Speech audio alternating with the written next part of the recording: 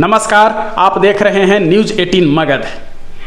मगध के जिस लोकसभा सीट को लेकर के सबसे अधिक सस्पेंस था वो खत्म हो चुका है। वो सीट काराकाट की थी।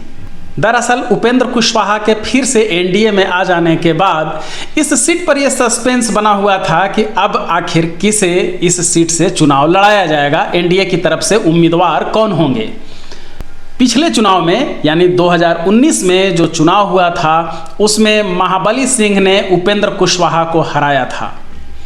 इसके बावजूद उपेंद्र कुशवाहा को अपने लिए सबसे सुरक्षित सीट यही नजर आ रही थी। इससे इस सीट को लेकर के सस्पेंस कायम हो गया था कि आखिर ये सीट एनडीए की तरफ से किसे मिलेगी।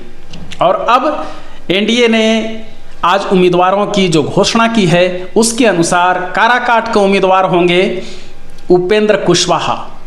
काराकाट लोकसभा क्षेत्र जदयू के कोटे में नहीं आया, जदयू को यह सीट मिली ही नहीं।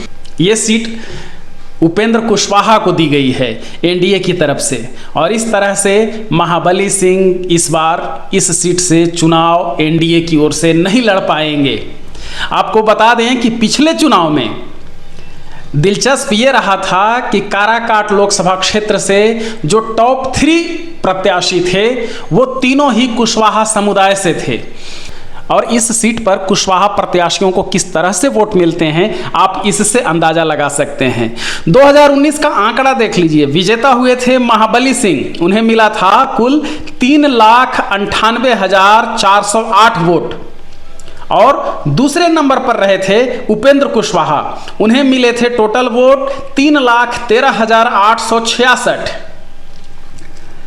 तीसरे नंबर पर रहे थे राजा राम सिंह जो भाकपा माले के उम्मीदवार थे।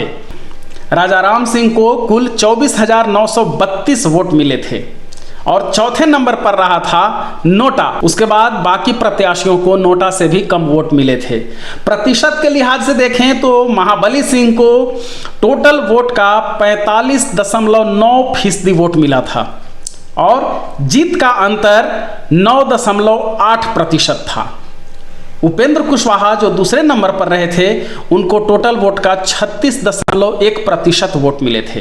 तो एनडीए गठबंधन ने बिहार की सभी सीटों पर लोकसभा चुनाव 2024 के लिए अपने प्रत्याशियों की घोषणा कर दी है। और मगध के सबसे अधिक सस्पेंस वाली सीट काराकाट को लेकर के अब वो सस्पेंस खत्म हो गई है। यहाँ से महाबली सिंह का टिकट कट गया है। अब यहाँ से चुनाव लड़ेंगे, एनडीए की तरफ से प्रत्याशी होंगे उपेंद्र कुशवाहा और पिछली बार के विजेता महाबली सिंह एनडीए के अब उम्मीदवार नहीं बनेंगे। यह देखना अभी होगा कि क्या महाबली सिंह निर्दलीय खड़े होंगे या कोई और रास्ता तलाशेंगे। लेकिन यह बिल्कुल स्पष्ट हो चुका है कि काराकाट से उपेंद्र कुशवाहा चुनाव लड़ने जा रहे हैं। आपको बता दें कि पहले यह सीट यानी काराकाट लोकसभा सीट को विक्रमगंज के नाम से जाना जाता था, लेकिन 2008 में नए सिरे से जो परिसीमन हुआ उसके बाद यह काराकाट लोकसभा क्षेत्र के रूप में इसे जाना जाता है। यहाँ सबसे पहले आम चुनाव हुआ था 2009 में, जिसमें महाबली सिंह यहाँ से जीत करके सांसद बने थे। और फिर उसके बाद दूसरा चुनाव हुआ 2014 में, जिसमें उपेंद्र कुशवाहा जो एनडीए की तरफ से प्रत्याशी थे उनकी जीत हुई थी। तब उपेंद्र कुशवाहा ने आरजेडी की कांति सिंह को 1 लाख से भी ज्यादा वोटों से हराया था।